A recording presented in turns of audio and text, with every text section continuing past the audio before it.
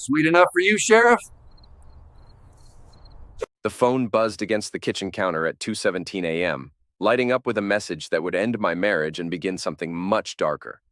I wasn't supposed to see it.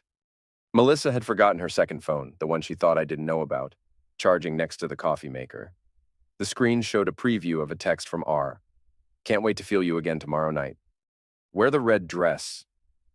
My hands didn't shake. That surprised me. Nathan Cole, mild-mannered tech repairman, standing in his kitchen in boxer shorts, staring at proof his wife was screwing someone whose name started with R. I should have been devastated. Instead, I felt something colder settling in my chest. I unlocked the phone. Melissa never was good with passwords, still used our wedding anniversary. The irony wasn't lost on me. The messages went back 3 months. Detailed plans, hotel rooms, complaints about me. He's so boring, R just fixes his little computers and never talks. You make me feel alive. Then I found the photos, Sheriff Daniel Rook. The same man who'd pulled me over for speeding last month and let me off with a warning because we're neighbors. He was buried between my wife's legs in a motel room I recognized, the Pine Valley Inn, 20 minutes outside town. I scrolled through dozens of images, videos. My wife's face twisted in pleasure I hadn't seen in years. Timestamps showed they'd been there while I was home, waiting with dinner getting cold, wondering why she was working late again.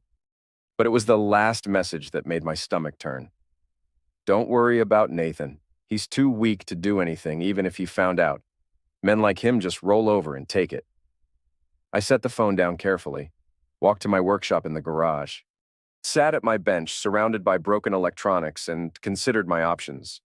In movies, the betrayed husband either breaks down crying or flies into a rage. I did neither. I opened my laptop and started researching Sheriff Daniel Rook.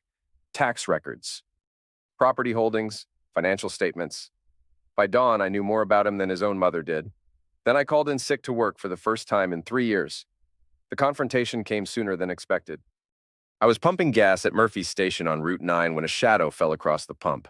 Big guy, 6'4", wearing a denim jacket despite the Arizona heat, face like a catcher's mitt and hands that had seen serious work.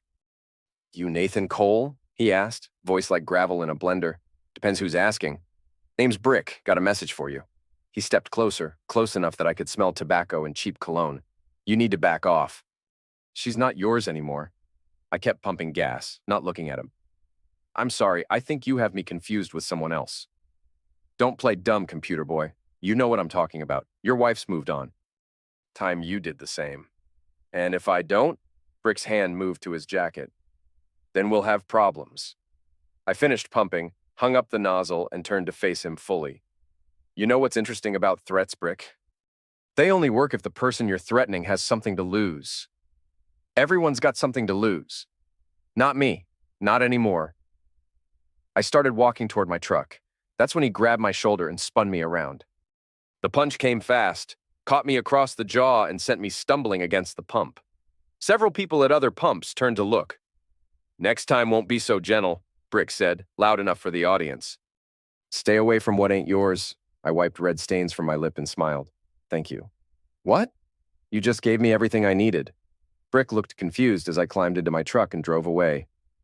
In the rearview mirror, I watched him standing there, probably wondering what the I meant. He'd find out soon enough. Cody Lang lived in a single-wide trailer 15 miles outside town, surrounded by desert scrub and the kind of silence that came from being truly alone. We'd been friends since high school, but that was before the Middle East changed him. Before he came back with scars on the outside and something broken on the inside. I knocked on his door at sunset. It took 5 minutes before he answered, holding a beer in one hand and a pistol in the other. Nathan? Jesus. What happened to your face? Can I come in? He stepped aside, and I entered his world. Sparse furniture, clean surfaces, everything organized with military precision. Maps on the walls, books about tactics and survival. The smell of Magnum oil and loneliness. Haven't seen you in 2 years, Cody said, setting the pistol on a side table. What brings you out to paradise? I need help. What kind of help? I told him everything. About Melissa, about Rook, about Brick and the gas station. Cody listened without interruption, his face growing darker with each detail. So, what do you want to do about it? He asked when I finished. I want them gone, not dead, gone. I want them to lose everything that matters to them the same way they took everything from me. Cody was quiet for a long moment. Then he stood up and walked to a tool cabinet in the corner. You ever done this before? No. He pulled out a .357 Magnum Colt, checked the cylinder, and handed it to me. The weight surprised me. Solid, purposeful, heavy with potential. First rule of warfare, Cody said, is know your enemy. Second rule is be prepared for anything. You want to play with the big boys, you need to understand the rules. I'm not looking to end anyone. Maybe not. But they might be looking to end you. Especially if you start making them uncomfortable. He gestured toward the door. Come on, let's see what you're made of. We spent the next 3 hours in his backyard practicing target fire.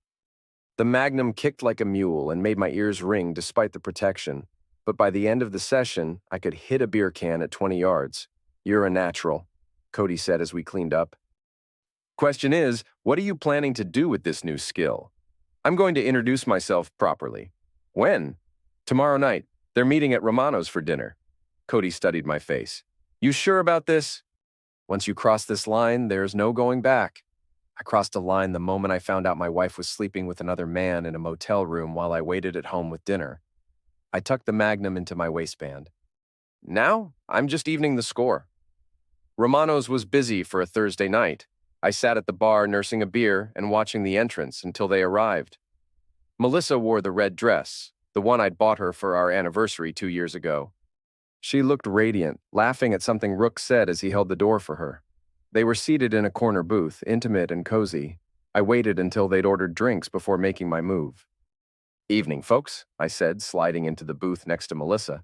She jumped like she'd been electrocuted. Nathan, what are you— Quiet, honey. Daddy's talking. I looked across the table at Rook, who was already reaching for something inside his jacket. I wouldn't do that if I were you, Sheriff. You need to leave, Rook said, his voice steady but his eyes showing the first hint of concern. This is a private dinner. Is it? Because from where I'm sitting, it looks like my wife is on a date with another man.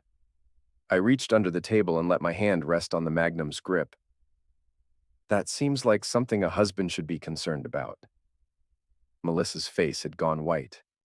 Nathan, please, we can talk about this at home. No, I think we'll talk about it right here, right now. I leaned forward slightly, keeping my voice conversational. See, I've been doing some research, Sheriff. Amazing what you can find in public records if you know where to look. Rook's jaw tightened. What are you talking about? Property seizures, asset forfeitures. Amazing how much money the sheriff's department has been bringing in lately. And how much of it seems to find its way into your personal accounts. You don't know what you're talking about, don't I? I smiled, letting my hand move closer to the tool. You know what I love about Colts, Sheriff? No safety switch. Like me, right now. I let that sink in.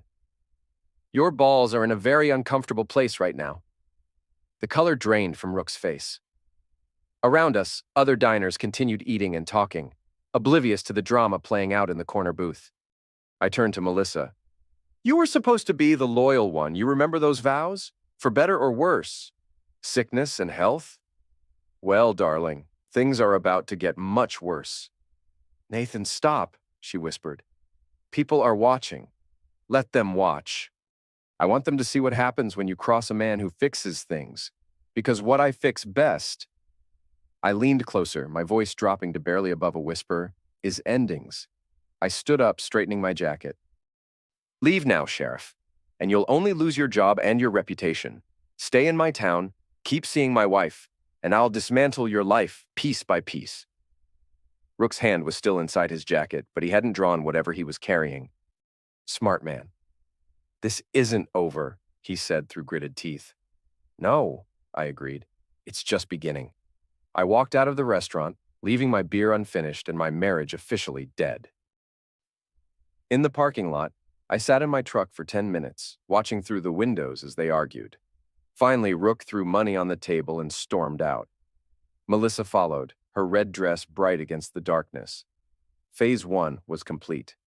The next morning, I drove to the county courthouse and spent 6 hours in the records office. Property deeds, marriage licenses, business filings, court documents, all public information if you knew how to look. Sheriff Daniel Rook was a busy man. In addition to his law enforcement salary, he owned 3 rental properties, had investments in 2 local businesses, and somehow managed to afford a brand new Ford F-350 and a base boat. Impressive for a public servant making $50,000 a year. More interesting were the arrest records. Pills busts where large amounts of cash had been seized but smaller amounts had been logged into evidence. Property seizures where items had been auctioned at below-market prices to buyers who turned out to be Rook's relatives or business partners. By noon, I had enough evidence to end his career and probably send him to prison. But that would be too quick, too easy. I wanted him to feel what I felt. The slow burn of betrayal, the gradual realization that everything you thought was solid was actually built on sand. I made photocopies of the most damaging documents and drove to the Pine Valley Inn. The desk clerk, a college kid with bad acne and worse posture, was more than willing to check his computer system for a $20 tip. "Yeah, they've been coming in every Thursday for 3 months," he said, showing me the registration records. "Always pay cash, always use fake names, but it's the same room every time. Number 237. "They here today?" "Supposed to be." Sheriff paid for 2 nights this week. I thanked him and drove home to plan the next phase. Melissa's car was gone, probably at work, or maybe running errands, pretending our marriage was still salvageable. I downloaded the photos from her phone to my laptop and backed them up to 3 different cloud storage accounts. Insurance. Then I called Internal Affairs for the County Sheriff's Department. "This is Lieutenant Harris. How can I help you?" "I have information about financial irregularities involving Sheriff Rook, cash discrepancies from pills seizures and property forfeitures." "What kind of information?" "Documentation, bank records, witness statements." "The works." There was a pause. "Can you come in tomorrow morning, say 9 o'clock? "I'll be there." I hung up and smiled. Rook thought he was dealing with a weak, passive husband. He was about to learn the difference between weak and patient. Brick found me first. I was leaving the hardware store with supplies for my next project when he stepped out from behind a pickup truck. This time, he wasn't alone. 2 other guys, both built like construction workers, flanked him on either side. "Thought I told you to back off," Brick said, cracking his knuckles. "You did. I chose not to listen." "Bad choice. They came at me in the parking lot, in broad daylight like they owned the town. Maybe they did. Maybe Rook had enough local muscle on his payroll that he figured I'd just disappear and no one would ask questions. The first punch broke my nose. The second cracked a rib. "Next time we won't be so nice," Brick said as they walked away. I lay there for 5 minutes, letting other customers help me to my feet and ask if I needed an ambulance. I said no, thanked them, and drove straight to Cody's trailer. "Jesus Christ," he said when he saw me. "What happened?" Phase 2. He cleaned my cuts and taped my ribs while I explained my plan. When I finished, Cody was grinning like a wolf. "You want me to what now?" "Help me send a message they'll understand." "Nathan, what you're talking about is kidnapping." "No, what I'm talking about is having a conversation. A very persuasive conversation." Cody looked at me for a long moment. "You know there's no coming back from this, right? You do this, you're not the same man anymore." Good. The old man was weak. 3 days later, we grabbed Brick outside a bar on the outskirts of town. Cody disabled his truck while I approached him with the Magnum drawn. "Get in," I said, pointing to my pickup. "Screw you." I put a round into his front tire. "Get in, or the next one goes into your kneecap." Brick got in. We drove him to an abandoned warehouse on the industrial side of town, a place Cody had scouted earlier. Inside, we tied him to a chair and waited for him to sober up. "You boys are in deep crap," Brick said when he came to. "You know who I work for?" "I know exactly who you work for," I said, pulling up a chair across from him. "Question is, does he know where you are right now?" Brick's confidence flickered. "See, I called your boss and told him you were skimming money from collections, showed him bank records proving you've been holding back 20% of everything you've been bringing in." "That's bullcrap." "Is it?" I showed him a manila folder. "Because these deposits match up pretty well with your beating schedule. Every time you collect from someone, money shows up in your account the next day. Those are fake. Maybe, but your boss doesn't know that." As far as he's concerned, you've been stealing from him for 6 months. I leaned forward. How long do you think it'll take him to find you? Brick's face had gone pale. What do you want? Information. How many guys does Rook have working for him? Who's on his payroll? Where does he keep his real business records? I don't know nothing about records. Cody stepped out of the shadows, holding a pair of bolt cutters. Maybe we should start removing fingers until his memory improves. Wait. Brick looked back and forth between us. Jesus, you guys are serious. Deadly serious. He talked for 2 hours. Names, locations, amounts of money. A network of corruption that went deeper than I'd imagined. Rook had half the town council in his pocket, 3 other deputies taking bribes, and a pills distribution network that stretched across 2 counties. When he was finished, I untied him. That's it? Brick asked. You're letting me go? I'm letting you leave. But if I see you again, if you come near me or anyone I care about, I'll mail copies of everything you just told me to every law enforcement agency in the state. You understand? Brick nodded and stumbled toward the door. He paused at the threshold. You have no idea what you've started, he said. Sure I do. I've started a war, and I plan to win it. The story broke on a Friday morning. Sheriff under investigation for corruption ran across the front page of the local paper, with enough details to make it clear this wasn't just rumor or speculation. I was having coffee at Murphy's Diner when Rook walked in, his uniform wrinkled and his face haggard. He looked like a man who hadn't slept in days. Nathan, he said, sliding into the booth across from me. Sheriff, you look tired.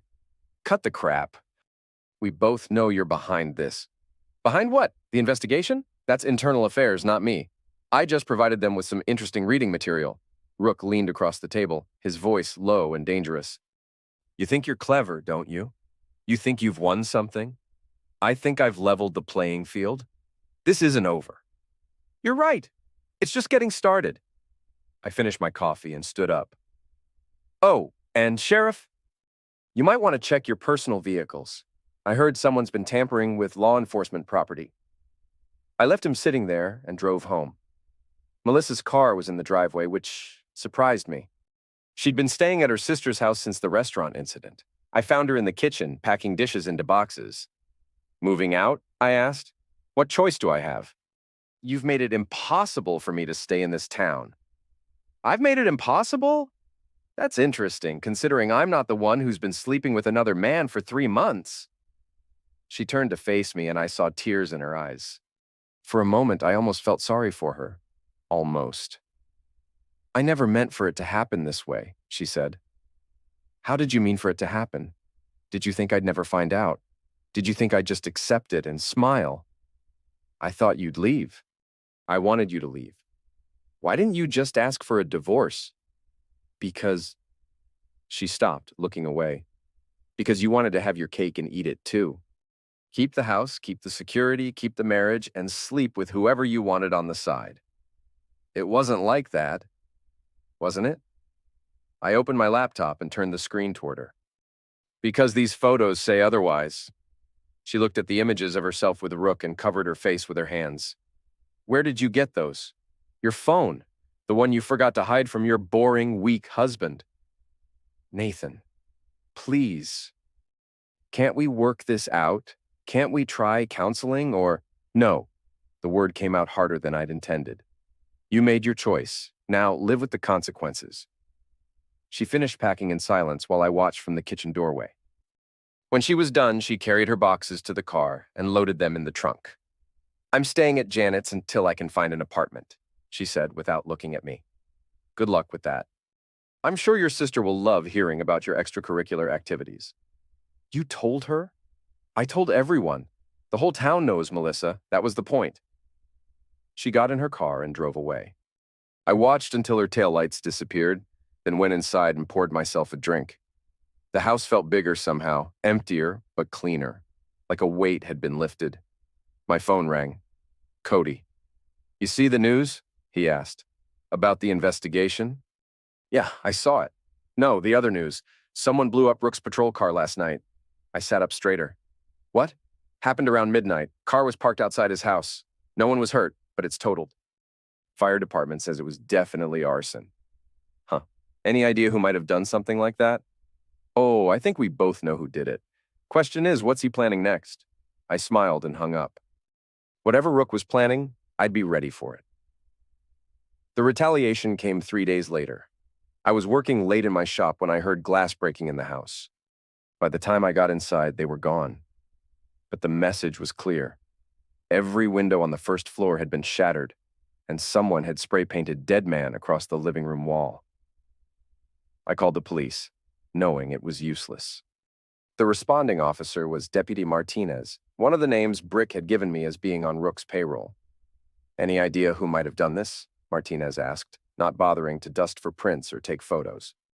Probably the same person who's been threatening me all week. Do you got any proof of these threats? Check with the sheriff. I filed a report after the gas station incident. Martinez looked uncomfortable. I'll see what I can find.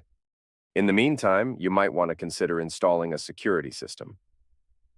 After he left, I called a contractor to board up the windows and a cleaning service to deal with the paint. Then I drove to Cody's place. They're escalating, I told him. Expected. Cornered animals get desperate. What's our next move? Cody spread out a map of the town on his kitchen table. We take away his safe spaces, make him paranoid, make him sloppy. Over the next week, we implemented a campaign of psychological warfare.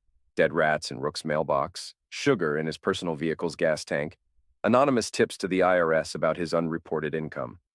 Photos of his house taken from different angles left on his windshield to let him know he was being watched. The stress was getting to him. I could see it when I spotted him around town. Red, tired eyes, trembling hands, the look of a man who wasn't sleeping. His wife filed a restraining order against unknown persons, and he started carrying his service tool even when off duty. But he wasn't backing down. If anything, the pressure was making him more dangerous. That became clear when I came home from work one evening to find my front door standing open. Inside, my house had been systematically searched. Drawers pulled out, furniture overturned, personal papers scattered across the floor. In the bedroom, someone had left a photo on my pillow, a picture of me taken through the window of Cody's trailer. The message on the back was written in block letters, "We know where you go." I called Cody immediately. "Pack a bag and get out," I told him. "They know about you. Let them come." "Cody, I'm serious. These aren't street thugs." "Rook's got resources and he's getting desperate. So are you. So am I. That's what makes this interesting. This isn't a game. No, it's war. And in war, you don't retreat when things get difficult. You press the attack." He was right, but that didn't make me feel any better about dragging him deeper into this mess. Cody had his own demons to deal with without adding my problems to the list, but he'd made his choice, just like I'd made mine. We were committed now, all the way to whatever ending waited for us. The plan came together over the weekend. Cody had been tracking Rook's movements and discovered a pattern. Every Sunday night, he drove to a storage unit on the east side of town and spent an hour inside Unit 247. "Has to be where he keeps the real records," Cody said. "The ones he can't risk having at home or the office."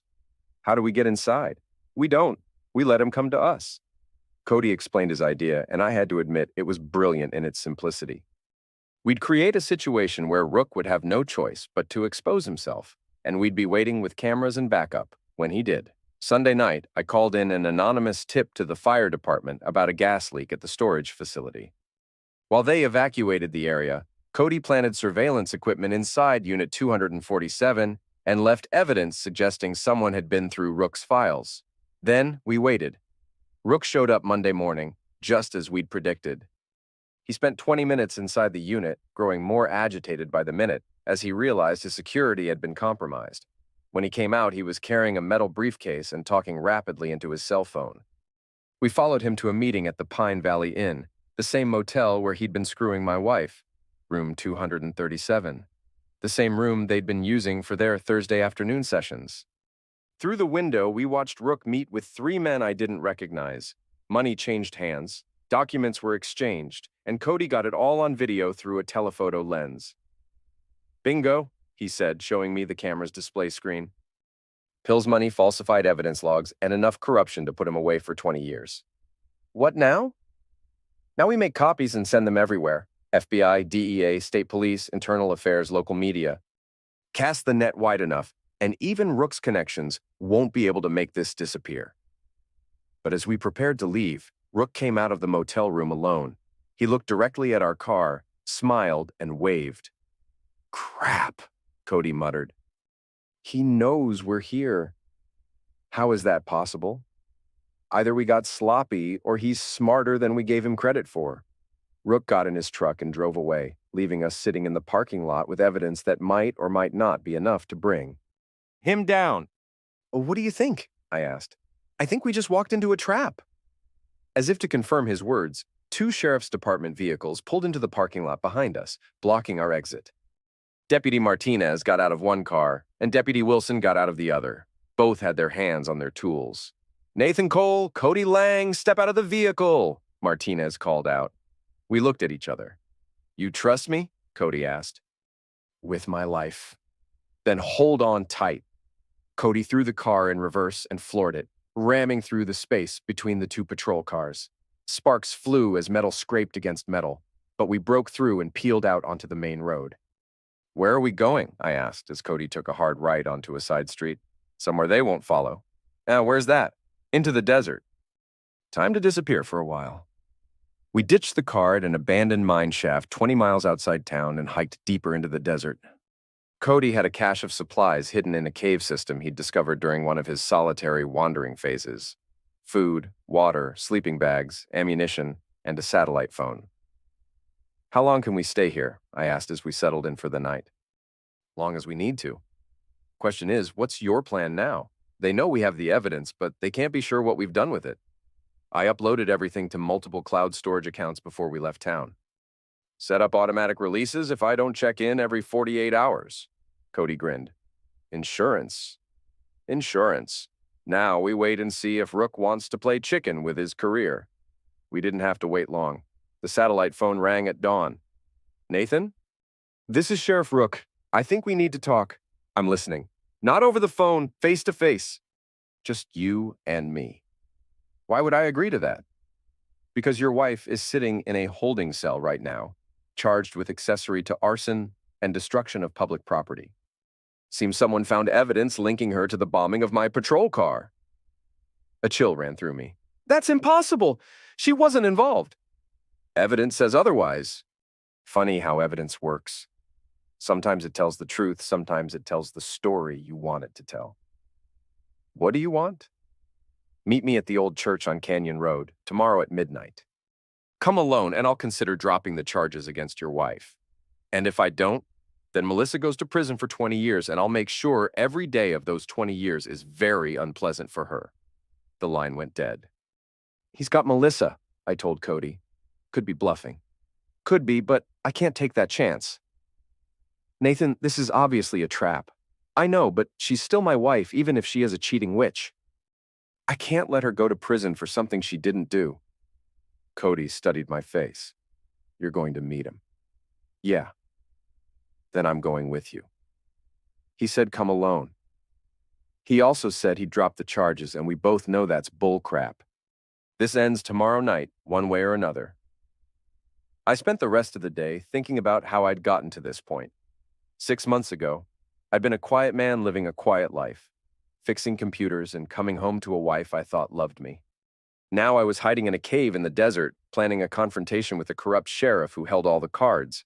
But maybe not all the cards. I still had the evidence, and I still had Cody watching my back. And I still had the .357 Magnum tucked into my waistband, loaded and ready. Tomorrow night, we'd find out if that was enough. The old church on Canyon Road had been abandoned for 15 years, its roof partially collapsed and its windows long since shattered by vandals and weather. It sat on a hill overlooking the desert, surrounded by scrub brush and the kind of silence that made you think about mortality. I arrived at 11:45, parking a quarter mile away and walking the rest of the distance. Cody was already in position on the ridge above the church, invisible in the darkness with his rifle and night vision scope. Rook's truck was parked behind the church. I could see a light inside, probably a flashlight or lantern. I checked my watch. 11:58. Time to end this. I walked through the front door of the church and found Rook standing at the altar, wearing civilian clothes instead of his uniform. He looked older than I remembered, more weathered. Nathan, thanks for coming. Where's my wife? Safe, for now. I want to see her. Not until we finish our business. Rook gestured to the broken pews around us. Appropriate setting, don't you think? A place where people used to come to confess their sins. I'm not here to confess anything. No, you should be. Arson, attack, maltreatment, extortion. You've been busy. Not as busy as you. How many people have you had ended over the years, Rook? How much money have you stolen? How many lives have you destroyed? I've done what I had to do to survive in a world that doesn't give a crap about people like me. Small town sheriff, 47 years old, no college degree, no prospects. You think I wanted to get mixed up with pill sellers and money laundering? Nobody forced you to become a criminal, didn't they? You think I make enough money on a sheriff's salary to support a family? Put my kids through college? Pay for my wife's medical bills when she got cancer? So you decided to steal it? I decided to take what I could get when I could get it. Same as everyone else in this freaking town. Not everyone. No, not everyone. Some people are content to live small, quiet lives, fixing other people's broken crap for minimum wage while their wives sleep with other men behind their backs. The words hit like a slap, but I kept my expression neutral. Is that supposed to hurt my feelings? It's supposed to make you understand that we're not that different. We both want things we can't have. We both do what we have to do to get them. The difference is, I don't prey on innocent people. Innocent people? Rook laughed. You think your wife is innocent? You think the people in this town are innocent? Everyone's got secrets, Nathan. Everyone's got dirt under their fingernails. Maybe, but not everyone uses their badge to cover it up. The badge is just a piece of metal. Power is what matters. And power means being willing to do things other people won't do. I was getting tired of the philosophical discussion. Where's Melissa? She's in a safe place. Question is, are you ready to make a trade? What kind of trade? Rook reached into his jacket and pulled out a manila envelope. Evidence showing that you and your friend Cody have been running a pills operation out of his trailer. Photos, bank records, witness statements, very convincing. Fake. Doesn't matter, real enough to convince a jury. You give me everything you have on me, and I'll destroy this file and release your wife. And if I don't, then you and Cody go to prison for pills selling, and Melissa goes down as an accessory to your bombing spree. Everyone loses except me. I considered his offer. It wasn't much of a choice. Give up everything I'd worked for, or watch innocent people go to prison for crimes they didn't commit. How do I know you'll keep your word? You don't. But what choice do you have? That's when I heard footsteps behind me. I turned to see Melissa walking through the church doorway, but she wasn't alone. Deputy Martinez was behind her, holding a tool to her head. Sorry, Nathan, she said, tears streaming down her face. I'm so sorry for everything. Touching reunion, Rook said. Now, about that evidence. I reached into my jacket slowly, pulling out a flash drive. Everything's on here. Photos, documents, recordings, all of it? Toss it over. I threw the drive to him. He caught it and examined it briefly before slipping it into his pocket. You know what the funny thing is? Rook said. I actually liked you, Nathan. You reminded me of myself when I was younger. Quiet, honest, trying to do the right thing. But this world has a way of grinding people like us down until we become something else entirely. I'm nothing like you. Aren't you? You've lied, stolen, attacked people, committed arson. You've become everything you used to hate just to get revenge on a woman who stopped loving you. She betrayed me. She fell in love with someone else. It happens. Most people get divorced and move on with their lives, but not you. You had to turn it into a war. You made it a war when you sent your thugs after me. I was trying to prevent exactly this situation. I knew you'd found out about the affair, and I knew you were the type who wouldn't let it go quietly. So I tried to scare you off before things got complicated. Well, congratulations. Things are definitely complicated now. Rook nodded to Martinez, who pressed his tool harder against Melissa's temple. Here's what's going to happen. You're going to walk out of here and disappear. Leave town, change your name, start over somewhere else. In exchange, your wife gets to live. And you get to continue stealing and ending and destroying lives. I get to survive. In this world, that's the best any of us can hope for. I looked at Melissa, saw the terror in her eyes, and made my decision. Let her go, and I'll give you what you really want, which is Cody Lang. He's the one with the military training, the tools, the connections. I'm just a computer repairman who got in over his head. You want to eliminate the real threat? I'll tell you where he is. Rook's eyes lit up with interest. You betray your friend to save a woman who cheated on you? I'd do whatever it takes to keep an innocent person from dying. Melissa's not innocent. She didn't end anyone. She didn't steal from pill sellers or plant evidence or send thugs to beat people up. She just made a mistake that started all of this. No, your corruption started all of this. Her affair just gave me a reason to look closer. Rook considered this for a moment. Where is he? First, let her go. No deal. Tell me where Lang is, and then we'll discuss your wife's future. That's when the crack rang out. Martinez dropped like a stone, a neat hole in his forehead. Melissa screamed and dove for cover behind a broken pew. Rook spun toward the door, drawing his tools. Cody, he shouted. I know you're out there! Another crack shattered the window behind Rook, sending him scrambling for cover. I used the distraction to draw my own tools and put 2 rounds into the wall where Rook was hiding. You want Lang? I called out. He's right here! More bursts from outside, precise and methodical. Cody was moving positions, keeping Rook pinned down while I flanked him from inside the church. This doesn't have to end badly for everyone, Rook shouted. We can still make a deal. The time for deals is over, I replied, moving closer to his position. I found him crouched behind the altar with a graze on his shoulder seeping through his shirt. His tool was trained on the doorway, waiting for Cody to show himself. Drop the tools, I said, pointing my .357. Rook slowly lowered his pistol and set it on the floor. You know this doesn't solve anything. I'm not the only one. There are others, bigger fish than me. You think ending me is going to clean up this town? Maybe not, but it's a start. Nathan, Melissa called from her hiding place. Please, let's just go. Let's leave and never come back. I looked at her, cowering behind the pew, and felt something cold settle in my chest. You still don't get it, do you? Get what? This was never about you. You cheating on me was just the catalyst. This is about justice, about consequences, about making sure people like him can't destroy other families the way he destroyed ours. I didn't destroy anything, Rook said. Your marriage was already over. I just gave your wife what you couldn't: passion, excitement, a reason to feel alive. You gave her a fantasy built on stolen money and other people's suffering.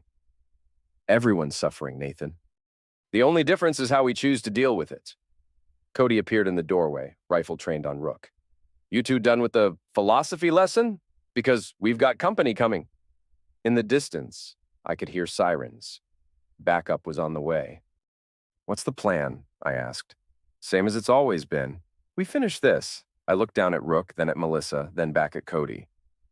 3 choices. End Rook and become someone who takes a life, let him live and watch him escape justice again, or find a third option that would satisfy everyone. That's when I remembered the flash drive I'd given him. The one with all our evidence against him. Rook, I said, check your pocket. He reached into his jacket and pulled out the drive, examining it more closely. His face went pale as he read the label. Copies. Originals already delivered. You son of a witch. I sent everything to the FBI, DEA, and state police 3 hours ago, along with copies of the recordings I made during our little conversation tonight. What recordings? I pulled out my phone, showing him the voice recorder app that had been running since I'd entered the church. Confession to corruption, pills selling, and conspiracy to commit ending. Should be enough to put you away for life. Rook lunged for his tool, but Cody's rifle barked once and the sheriff's hand shattered in a burst of flesh and bone. He screamed and fell backward, clutching his mangled fingers. Game over, Cody said simply. The sirens were getting closer now. State police by the sound of them, reinforcements that wouldn't be on Rook's payroll. What about Melissa? I asked. I looked at my wife, still cowering behind the pew, and realized I felt nothing for her anymore. No love, no hate, no anger, just emptiness. That's up to her, I said. She can stay and face the consequences of her choices, or she can run and spend the rest of her life looking over her shoulder. Nathan, please, she said. I made a mistake. I'm sorry. Can't we try to work this out? Some things can't be fixed, Melissa. Some things stay broken forever. I walked toward the door, stepping over Martinez's body without looking back. Cody fell into step beside me. "Where to now?" he asked. "Away from here, far away. You know they'll come looking for us. Let them. We've got nothing left to lose." As we walked out of the church, I heard Melissa calling my name, but I didn't turn around. Behind us, Rook was sobbing and cursing, probably realizing that his career, his freedom, and his life were all over. The sirens were very close now. Red and blue lights flickered through the trees as the cavalry arrived to clean up the mess we'd made. But we were already gone, disappearing into the desert darkness like ghosts, leaving behind nothing but bodies and broken dreams and the kind of justice that only comes at the end of a magnum. 6 months later, I was living in a different state under a different name, working as a freelance computer consultant and trying to pretend the past had never happened. Cody had disappeared completely. No contact, no forwarding address, no trace. He'd become what he'd always been best at being: invisible. I'd been following the news from my old town through online sources. Rook had been convicted on 17 counts. He'd gotten 25 to life in federal prison. 3 other deputies had been arrested, along with half the town council and 2 county commissioners. Melissa had plea bargained her way out of serious jail time by testifying against Rook and his associates. She'd gotten 2 years probation and community service. Last I'd heard, she'd moved back in with her parents and was working as a cashier at a grocery store. Justice, of a sort. I'd convinced myself I was done with all of it, that I'd moved on and built a new life. But then the call came. "Nathan, this is Ava Monroe. I think we need to talk." I didn't recognize the name or the voice. "I'm sorry, who is this?" "I'm Daniel Rook's daughter. I know what you did to my father." A cold shiver ran through me. "I don't know what you're talking about." "Yes, you do, and I know where you are." The line went dead. I spent the next week looking over my shoulder, changing hotels every night, taking different routes to work, but she found me anyway. I was having coffee at a diner in Phoenix when she walked in. Mid-20s, auburn hair, green eyes that reminded me uncomfortably of her father. She slid into the booth across from me without invitation. "Hello, Nathan. What do you want?" "To thank you." That wasn't what I'd expected. "Excuse me?" My father was a monster. He destroyed my family, our reputation, everything we had. But he was also untouchable, too connected, too smart, too careful. Until you came along. I'm not following. You did what the system couldn't do. You brought him down. You gave my mother and me a chance to rebuild our lives without his shadow hanging over us. I studied her face, looking for signs of deception or hidden agenda. So this isn't about revenge? Oh, it's absolutely about revenge. Just not the kind you're thinking. She reached into her purse and pulled out a manila envelope. "These are photos of your ex-wife with her new boyfriend." Turns out she has a type, married men in positions of authority. I looked at the photos without opening the envelope. "Why are you showing me this?" "Because I thought you should know that some people never learn. Some people never change. And some people deserve whatever consequences come their way." "What are you suggesting?" "I'm not suggesting anything. I'm just providing information." She stood up to leave, then paused. "Oh, and Nathan, if you ever decide to visit our old hometown again, you should know that there are people there who consider you a hero. People whose lives are better because of what you did." She walked away, leaving the envelope on the table. I sat there for 10 minutes before opening it. The photos showed Melissa with a man I recognized as Judge Harrison, the same judge who'd been lenient with several of Rook's associates over the years. They were coming out of the same motel, the Pine Valley Inn, looking guilty and satisfied. Some people never learned, but I had learned. I'd learned that revenge was a poison that consumed everything it touched. I'd learned that justice was a luxury most people couldn't afford. And I learned that sometimes the only way to win was to walk away and let other people destroy themselves. I tore up the photos and threw them in the trash. Then I paid for my coffee and walked out into the Arizona sunshine, leaving the past where it belonged, buried in the desert along with all the other things that couldn't be fixed. But as I drove away, I couldn't help smiling. Because somewhere out there, Melissa was making the same mistakes that had destroyed our marriage. And sooner or later, those mistakes would catch up with her again. Some people never learned. But this time, it wouldn't be my problem to solve. I had a new life now, a clean slate, a second chance. and I intended to make the most of it. The phone in my pocket buzzed with a text message from an unknown number. Check your email. A. I pulled over and opened my laptop. There was a message from an encrypted account with an attachment, a news article from my old hometown's newspaper. Local judge under investigation for ethics violations. The article detailed allegations that Judge Harrison had been accepting bribes and showing favoritism to certain defendants. Anonymous sources had provided investigators with evidence of financial irregularities and inappropriate relationships. I closed the laptop and laughed. Ava Monroe wasn't just Daniel Rook's daughter. She was her father's daughter. Smart, ruthless, and perfectly capable of taking care of business when the situation required it. Some apples didn't fall far from the tree, but sometimes that was exactly what the world needed. I started the car and drove toward the sunset, thinking about second chances and the price of justice and the strange way life had of balancing the scales when you least expected it. Behind me, the past was finally dead and buried. Ahead of me, the future was mine to write, and for the first time in years, I was looking forward to seeing how the story ended. 5 years later, the knock on my door came at sunset on a Tuesday evening. I was expecting a delivery, so I opened it without checking the peephole. Melissa stood on my porch, older and thinner than I remembered, wearing clothes that had seen better days. Her hair was shorter, streaked with gray, and there were lines around her eyes that hadn't been there before. "Hello, Nathan." "Melissa." I kept my voice neutral, professional. "What are you doing here?" "I need help." "With what?" "Everything. I've lost everything. My job, my apartment, my car. I have nowhere else to go." I looked at her for a long moment. This woman who had once been the center of my world, who had betrayed me and set in motion the chain of events that had destroyed so many lives. "I'm sorry to hear that," I said, "but I can't help you." "Nathan, please. I know I hurt you. I know I made terrible mistakes, but we were married for 8 years. That has to count for something. It does count for something.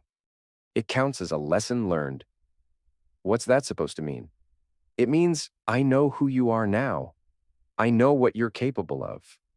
And I know that helping you would be the biggest mistake I could possibly make." Tears began forming in her eyes. "I've changed. I'm not the same person I was back then. Neither am I. Nathan, I'm desperate. I've been living in my car for 3 weeks. I haven't had a decent meal in days. I'll do anything." "Stop." I held up a hand. "Just stop. This conversation is over." I started to close the door, but she grabbed the edge of it. "You can't just turn me away. What happened to the man I married? The kind, gentle man who would never let someone suffer when he could help?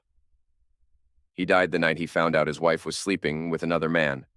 You ended him, Melissa. You and your boyfriend and all the lies that came after.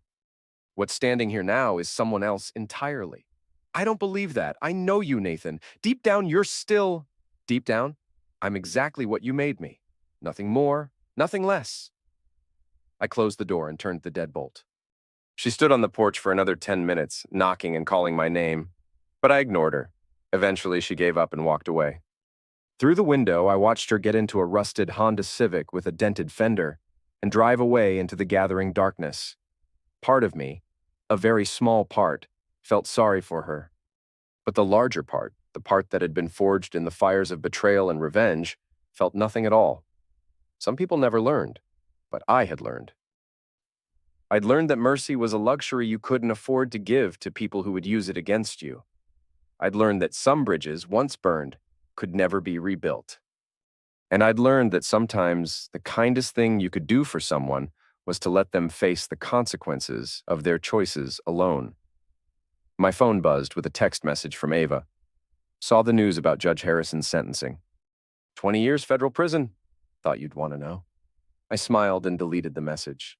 Justice was a slow process, but it was thorough when it finally arrived. In the kitchen, I poured myself a glass of wine and stood at the window, looking out at the street where Melissa's car had been parked. The space was empty now, like it had never been there at all. That's when another car pulled up, a sleek black BMW with tinted windows. The driver's door opened, and a woman stepped out. Late 20s, blonde hair, confident stride. She looked up at my house, smiled, and started walking toward the front door. I opened it before she could knock. Nathan Cole? She asked. Yes. I'm Sarah Mitchell. I represent certain interested parties who have a proposition for you. What kind of proposition? The kind that involves solving problems for people who can't solve them themselves. People who need someone with your particular skill set. I looked at her for a moment, considering. Then I stepped aside and gestured for her to come in. Let's talk. As she walked past me into the house, I caught a glimpse of another car parked at the end of the block. Someone sitting behind the wheel, watching. The game wasn't over. It had just evolved. I closed the door and followed Sarah into the living room, already thinking about new possibilities, new challenges, new ways to balance the scales when the system failed. Because that's what I did now. I fixed things that couldn't be fixed through normal channels. I solved problems that couldn't be solved through normal means. I was the last resort for people who had nowhere else to turn. And business, as they say, was booming.